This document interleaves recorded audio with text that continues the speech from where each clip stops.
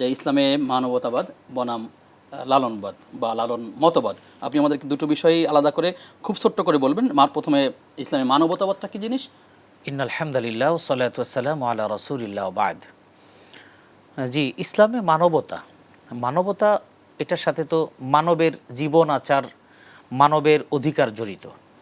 তো মানবতা বলতে আমরা সহজে যেটা বুঝি, বিভিন্ন জায়গায় যখন মানবতা বিরোধী অপরাধ, মানবতা বিরোধী কার্যক্রম, এটা কখন একটা মানুষ তার বেঁচে থাকার যে ন্যূনতম অধিকার আছে সেই অধিকারটা যখন সে পায় না অথবা কারো দ্বারা লঙ্ঘিত হয়, তখনই যিনি তার অধিকারটাকে লঙ্ঘন করেন এবং তার উপর জুলুম করেন, নির্যাতন করেন, সেটাকে আমরা মানবতা বিরোধী অপরাধ বলি। এক্ষেত্রে হত্যা আছে, এক্ষেত্রে তার জুলুম আছে, নির্যাতন আছে এবং সেই সাথে তার মান সম্মান ইজ্জত নষ্ট করা আছে। তো মানবতা ইসলামে কি? ইসলাম এমন একটা ধর্ম, একজন মানুষের, যেখানে রাসূল করিম সাল্লাল্লাহু আলাইহি সাল্লাম বিদায় হজের ভাষণে একেবারে সুস্পষ্টভাবে বলে দিয়েছেন যে যে তোমাদের উপরে একটা জিনিস আমি বলে যাচ্ছি, সেটা হলো যে তোমাদের প্রত্যেকের উপর, অর্থাৎ প্রত্যেক মুসলমানের উপরে মুসলমানের রক্ত, মান, সম্মান, ইজ্জত বিনষ্ট করা এটা হারাম। যে কেমন হারাম? এটা আজকে যেমন তোমাদের জন্য হারাম ঘোষণা করে দিয়েছি এবং কিয়ামত পর্যন্ত এটা হারাম ঘোষণা থাকবে। জি।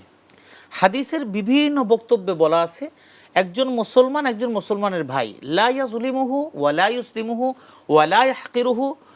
এরপরে আবার বলেছেন অন্য হাদিসের মধ্যে যে যদি তোমার ভাই কোনোভাবে নির্যাতিত হয়, যে উনসুর আখাকা যালিমান আও মাজলুমান, তোমার ভাই যদি কারো দ্বারা নির্যাতিত হয় তাহলে তুমি সেই ভাইকে তুমি সাহায্য করো। সে জালেম হোক তাকেও তুমি সাহায্য করো, মাজলুম হোক সে তাকে তুমি সাহায্য করো।